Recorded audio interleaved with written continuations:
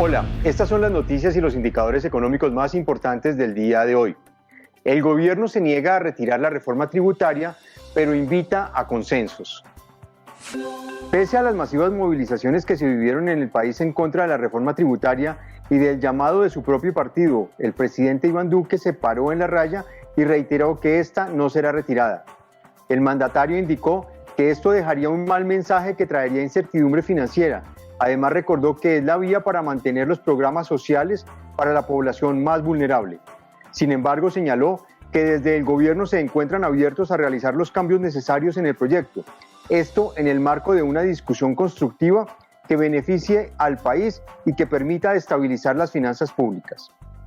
Yo estoy dejando clara la apertura total a consensos con los partidos en el seno de las instituciones, con los aportes que ha hecho el sector privado, que han hecho centros de pensamiento, que han hecho los líderes de los distintos partidos, dijo el presidente de la República.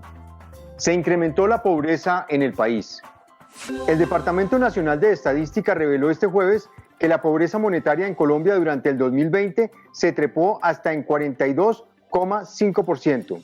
En pocas palabras, esto quiere decir que en el país hay 21.021.564 personas en condición de pobreza monetaria, cuando en el 2019, antes de la pandemia, la cifra se ubicaba en 17,4 millones de personas.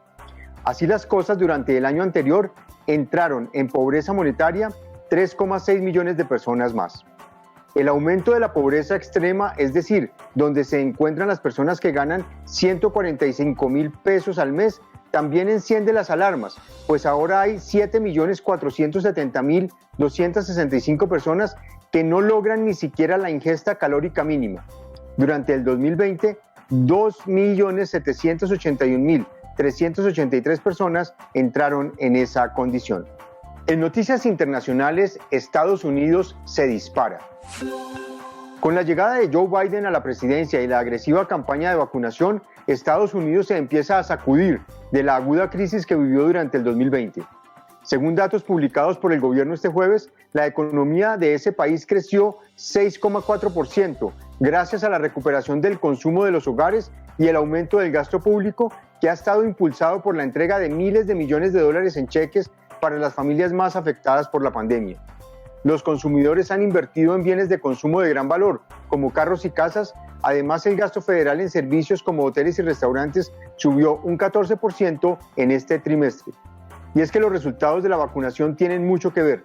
Joe Biden señaló que el plan de vacunación ha logrado que más de la mitad de la población adulta haya recibido ya al menos una dosis y que desde enero las muertes por COVID-19 hayan caído en un 80%.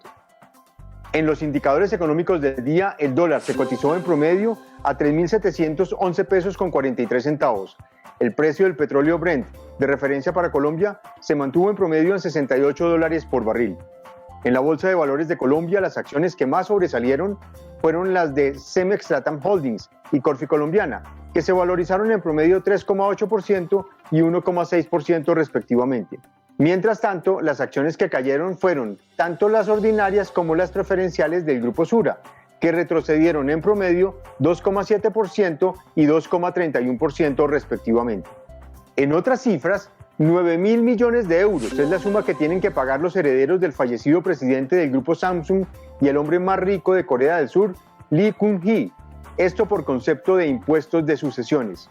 Se ha conocido que para responder por las obligaciones fiscales, los sucesores de Kun-hee cederán cuadros de Pablo Picasso, Joan Miró, Salvador Dalí, Claude Monet, Paul Gauguin a museos locales.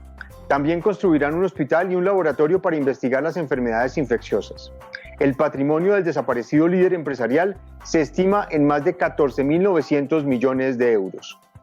Estas fueron las noticias y los indicadores económicos más importantes del día de hoy. Nos vemos mañana.